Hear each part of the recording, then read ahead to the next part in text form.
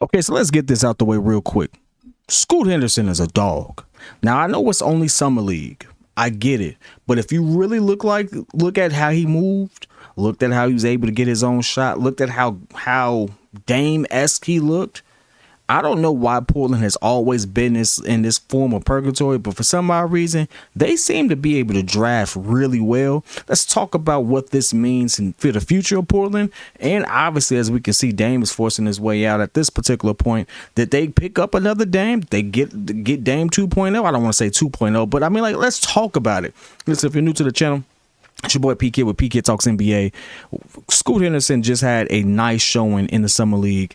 We have to talk about what this ultimately means. A lot of people have always looked at him as a phenom. They looked at him as a top three player in this draft, rightfully so. I think honestly, if it wasn't for Victor Wembanyama being 7'5" and this freak of nature, we would have looked at Scoot as the number one draft pick. So, barring that, I can absolutely see why Portland was kind of hesitant to trade for him, trade that pick when they could have gotten him. And I think that may have been a right move. Let's talk about it.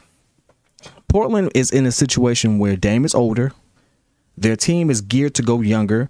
The way that they structured his contract, he doesn't have a no trade clause. But at the same time, that also helps in negotiations because now they have him locked down long term. And that makes it more attractive for a team that actually can bargain for him. If you listen to JJ Redick's podcast, Brian Whithurst actually kind of talks about this. He actually kind of talks about how this was kind of like a diamond, let's call it a diamond handcuff in so many ways, because Dame is going to get his money. They said they was going to give him his money. His contract stipulates that he should get his money. Dame is going to be like a cap hit of like $60 million next year or down the line. So, I mean, he's going to get paid. But at the same time, with the no trade clause, he actually is a lot more valuable than Bradley Beal, who's going to get the bag, similar bag, right? 50. We're talking about first world millionaire problems at this point, right? 50 million, 60 million, whatever. It's more money than I'm making on this thing, right? But at the end of the day, Bradley Beal had a no trade clause, which made him less attractive, which is ultimately why he got traded to the Phoenix Suns for a bag of peanuts, basically, because no one wanted that issue. No one wanted to deal with that. But Dame doesn't have that. And although Dame is pretty much telling people, I won't show up, we know more than likely he probably will. Now, whether or not Portland has the balls to actually make a move like that, totally different situation. But now let's talk about Scoot Henderson. I can see why Portland actually wanted to get him. When you have to weigh your options as to whether or not you move forward and try to build around your current star franchise player or build for the future, that's a hard decision. Now, I'm not saying it was the right decision for them to actually, go ahead and get him, but I'm trying to say I understand. Because he looked good out there.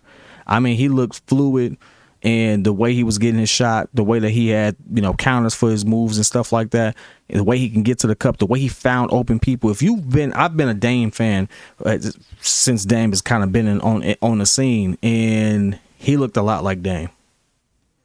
Now, that also means that with that type of redundancy, you probably should move on for your older player, which means that Portland may be in the best situation for them and dealing Dame and getting some pieces to build around Scoot, because that kid's going to be a stud. I really believe it. Now, I know it was only small sample size. I know it was only basically he lit up the first quarter and kind of coasted the rest of the game and stuff like that. It's summer league. I get that. But what you see on this floor and how you see, we all know what good basketball looks like. We also know what someone who has game looks like. You can't tell me that man ain't got game. We also know what he ultimately, the confidence he carries himself with. The one thing I loved about Scoot is his attitude. He was asked on draft night, how did it feel to be, in the, playing against Victor Wembanyama and stuff like that. He said probably the same way he felt about playing against me. Like, the kid has confidence. He has all the confidence in the world, and he should. And I mean, he's a specimen for sure, because I mean, that dude has been swole his whole life apparently. So I look at this as maybe Portland wasn't wrong.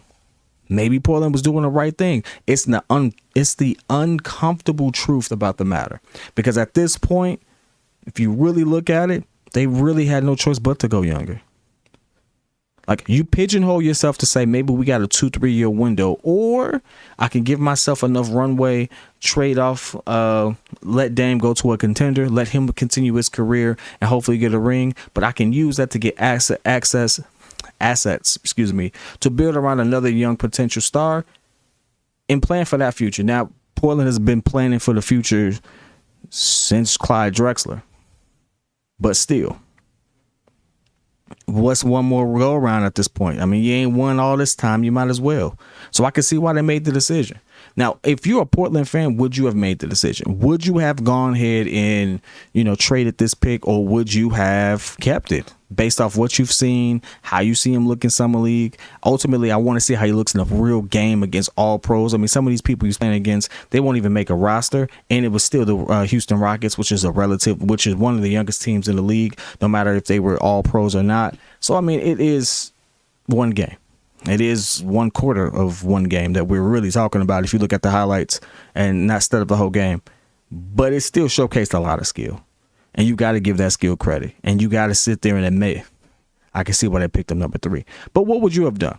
Would you have kept that pick and tried to build around Scoot by trading Dame? Or would you have got Dame some help? I know it's a rocky situation, but I mean, Scoot Henderson is a dog.